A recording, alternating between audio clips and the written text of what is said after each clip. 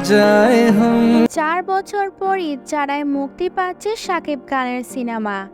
দেশের প্রায় শত হলে মুক্তি পেয়েছে এই ছবিটি।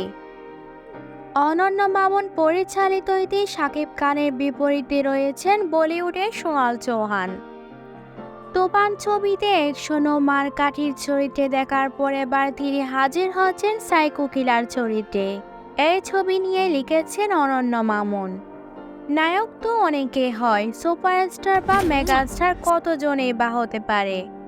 কতজন পারে শহরের অলিগলি আর গ্রামগঞ্জে নিজের ভক্ত তৈরি করতে। যিনি পারেন তিনি নায়কের চেয়ে আরও বেশি কিছু হয়ে ওঠেন। সেটি সম্ভবত পেরেছেন শাকিব খান।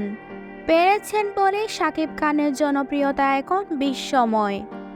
বছর কয়েক আগেও তার ছবি মুক্তি পাওয়া মানে হলে হলে থাকতো উপচে পড়া ভিড়। এখন তা হয়েছে উৎসবের মতো। তার ছবি মুক্তিতে ভক্তরা বাদ্য বাজিয়ে মিছিল নিয়ে আসেন হলের মধ্যে। প্রচারণায় দাঁড়িয়ে যান টিএসসির মোড়ে। সরগরম করে ফেলেন সামাজিক যোগাযোগ মাধ্যম। শাকিব খানের আগে ঢাকায় ছবির কোনো নায়ক নিজেকে নিয়ে ভক্তদের এমন মাতামাতির দৃশ্য দেখে যেতে পারেননি। শাকিব খানই পেরেছেন।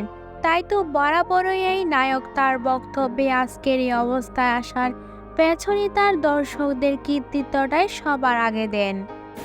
শাকিব খান যদি বলিউড জয় করে তাহলে তো বাংলাদেশই গর্বিত হবে। নিশ্চয়ই। বলেন আমাকে যারা ভালোবাসেন তাদের জন্যই আমার আজকে এই শাকিব খান হয়ে ওঠা। আমাকে যারা ভালোবাসেন তাদের কাছে আমি সত্যি বড় কৃতজ্ঞ। এই ভালোবাসার জুড়ে একের পর সিনেমা মুক্তি পাচ্ছে তার।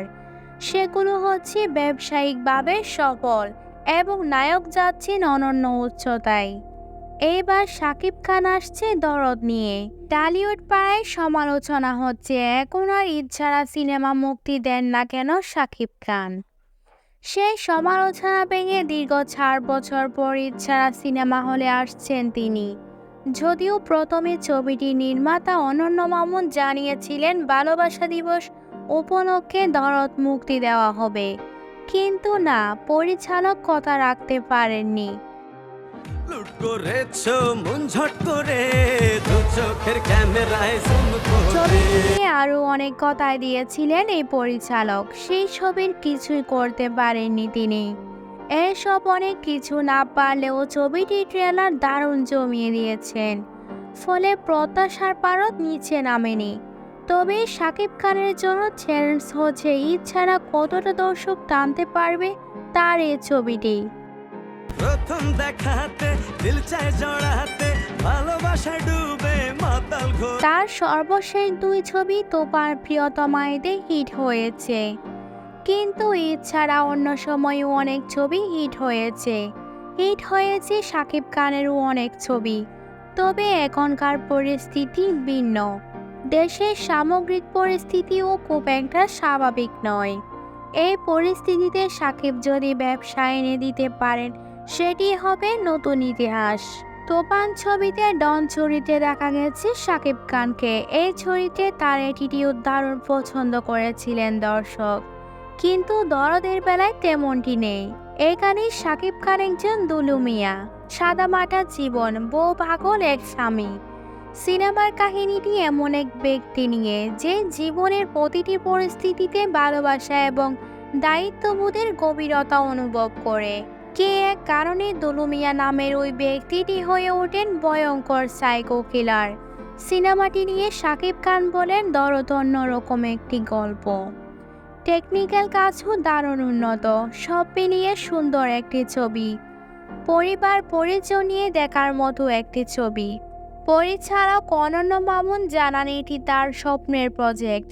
শাকিব খানের মতো দক্ষ অভিনেতার মাধ্যমে এই চরিত্রকে তুলে ধরতে পারার সুযোগ পেয়ে তিনি অত্যন্ত কৃতজ্ঞ। এই সিনেমায় বাস্তব চরিত্রের ভালোবাসা, বেদনা এবং মানুষের আন্তরিক আবেগকে গভীরভাবে প্রতিফলিত করার চেষ্টা করেছেন তিনি। মামুনের কথায় শাকিব খান যেভাবে চরিত্রের ভেতরে ঢুকে গিয়ে অভিনয় করেছেন তা সিনেমাকে এক অন্য উচ্চতায় নিয়ে গিয়েছে। 2023 সালের অক্টোবরে দরদ ছবির শুটিং শুরু হয়। ছবিতে শাকিব খানের বিপরীতে অভিনয় করেছেন বলিউড তারকা সোনাল চৌহান। ভারতের বানারসিতে একাধিক প্রভাবশালী ব্যক্তিকে হত্যার ঘটনা ঘটে, যার সন্দেহ পড়ে দুলু মিয়ার ওপর। এমন গল্প নিয়ে এগিয়েছে গল্পটি।